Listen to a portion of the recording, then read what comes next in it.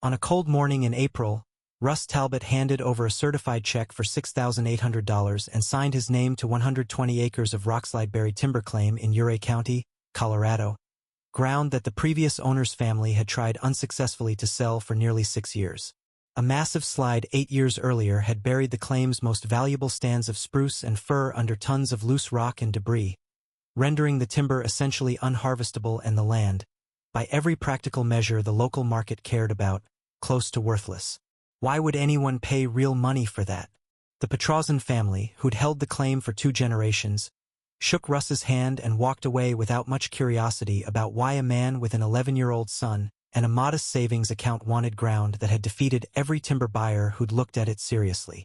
Nobody in Uray County thought Russ had made a sound decision. The hardware store had theories. His own brother in Denver called to ask if everything was all right, and scattered across that rockslide's exposed debris field, in stone fragments that Russ's son Gideon began collecting almost immediately out of ordinary boyhood curiosity, sat evidence of a fossil deposit so scientifically significant that, within 2 years, a team of university paleontologists would be excavating the site formally, describing it as one of the most important finds in the region in decades. Nobody knew, not the Petrozan family, not Russ, not the timber buyers who'd walked the property and seen nothing but ruined ground. Nobody except, eventually, an 11-year-old boy who liked rocks. If stories about ordinary families who stumble onto something extraordinary through nothing more than a child's patient curiosity inspire you, subscribe and join us. We bring you real stories with real lessons behind them. Drop a comment and let us know where you're watching from. And if the story moves you, tap that like button before you go.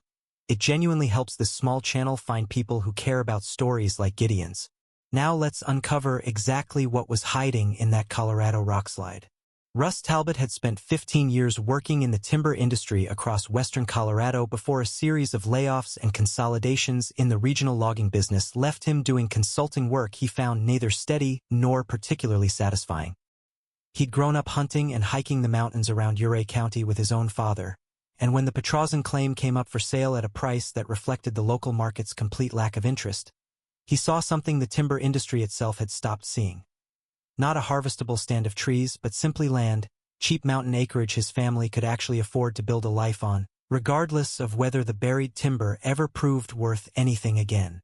His wife, Denise, had been more cautious about the purchase, worried less about the timber's value than about relocating their son to a remote mountain property with a rockslide as its defining feature. Gideon himself, 11 years old and the kind of quiet, methodical child who'd always preferred collecting and organizing things over more social pursuits, took to the move with an enthusiasm neither parent fully expected, drawn almost immediately to the rockslide's exposed debris field the way some children are drawn to tide pools or creek beds, an endless, ready supply of things to examine. He started collecting rocks from the slide that first spring, not with any scientific purpose but with the same simple acquisitive curiosity most children bring to interesting objects they find outdoors. What set Gideon's collecting apart over that first summer was a habit his 4th-grade teacher had encouraged the previous year, keeping a labeled notebook of anything he collected, with rough sketches and notes on exactly where he'd found each specimen. A habit that turned what could have been an unremarkable pile of rocks into something considerably more organized and, eventually, considerably more useful than either Gideon or his parents initially understood. By that second month on the property, Gideon had noticed something that struck him as genuinely puzzling rather than merely interesting. Certain rocks scattered across one particular section of the slide's exposed debris carried faint but distinct impressions, delicate branching patterns that looked, to his eye, less like ordinary rock texture and more like something that had once been alive, pressed flat and preserved in stone. He mentioned the pattern to his father that June, showing him several specimens he'd set aside specifically because of the markings. Russ, who knew timber and mountain terrain considerably better than he knew geology, looked at the patterned rocks with genuine interest but no real ability to evaluate what he was seeing. Could be plant fossils, he told Gideon, more as an offhand guess than any confident assessment. Old stuff, from before the mountains were even mountains, maybe. Gideon, satisfied with even that uncertain explanation, kept collecting, expanding his search specifically to the section of the slide where the patterned rocks seemed most concentrated. His neighbor, Odell Kestrel, who'd ranched the adjoining property for over 3 decades and had known the Petrozan family the whole time they'd owned the timber claim, found Gideon's rock collecting mildly amusing when Russ mentioned it that summer. "Boys out there every day picking through rockslide debris like it's buried treasure," Odell said at the hardware store, not unkindly, the kind of gentle observation neighbors make about a child's harmless enthusiasm without much sense that anything real might come of it. Most of Ouray County who heard about Gideon's project assumed it was exactly what it looked like. A quiet, solitary kid finding something interesting to do with an otherwise unremarkable pile of rocks nobody else had any use for. Gideon kept at it through that entire first summer and into the following school year, his notebook filling with increasingly careful sketches and notes, cross-referencing specimen locations against a rough map of the slide he'd drawn himself. By the following spring, nearly a year into the project, he'd accumulated over 60 specimens showing the distinctive branching pattern, along with several other rocks bearing markings he couldn't identify at all but had learned, through his own careful observation, to recognize as different from ordinary rock texture.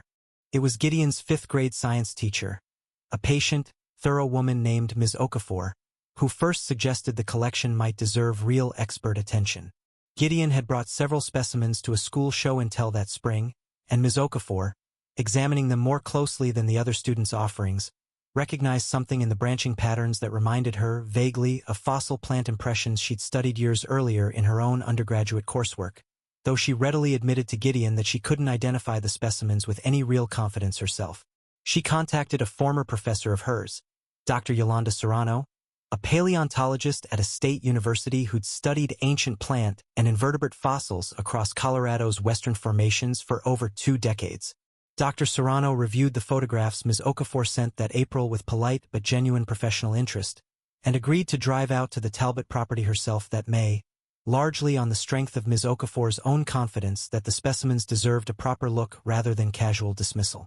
Dr. Serrano spent an entire day at the rockslide site that May, working alongside Gideon, who guided her precisely to the specific sections of the debris field where he'd found his most distinctive specimens, using his own carefully drawn map with a confidence that visibly impressed her.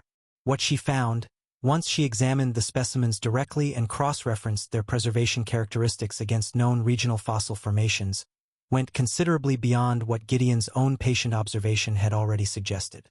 The rockslide, Dr. Serrano explained to the Talbot family that evening, had exposed a section of a fossil-bearing shale layer considerably older and more scientifically significant than the surrounding, more commonly documented rock formations in the region, a layer preserving not just the plant impressions Gideon had originally noticed but, in several specimens Dr. Serrano identified during that first visit, trace fossils suggesting the presence of ancient invertebrate life as well, a combination that made the site genuinely valuable for researchers studying the region's deep geological history.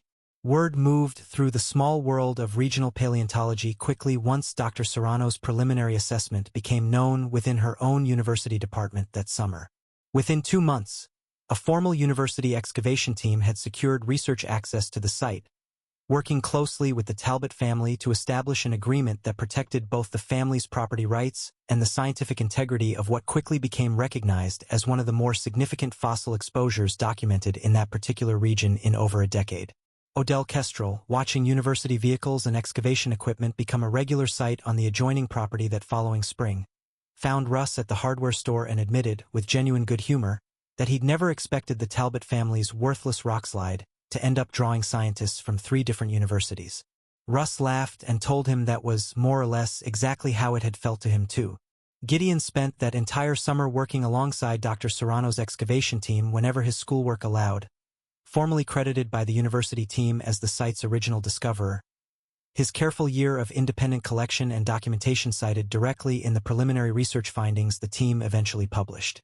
Ms. Okafor visited the site twice that summer, watching with visible pride as the student who'd once brought her curious rocks for show and tell worked alongside professional paleontologists as something closer to a genuine junior colleague. Gideon never made much of what happened on that rockslide. When people asked how he'd known the rocks were significant, he usually gave some version of the same simple answer. He hadn't known they were fossils, not really, not until Dr. Serrano confirmed it. He just thought the patterns looked different from ordinary rock, and once he noticed that difference, he couldn't quite stop collecting and recording what he found, the same patient habit that had always drawn him to organizing and understanding things other people walked past without a second look. There is a particular kind of discovery that depends entirely on someone patient enough to look closely at something everyone else has already decided is worthless. Gideon Talbot hadn't set out to find a scientifically significant fossil bed or bring university researchers to his family's overlooked mountain property. He'd simply kept doing what he'd always done, collecting and carefully recording anything that caught his curious eye, and in refusing to dismiss a pile of rockslide debris the way every timber buyer before his family had. He uncovered something that mattered considerably more than the buried spruce and fir anyone had originally hoped to find there.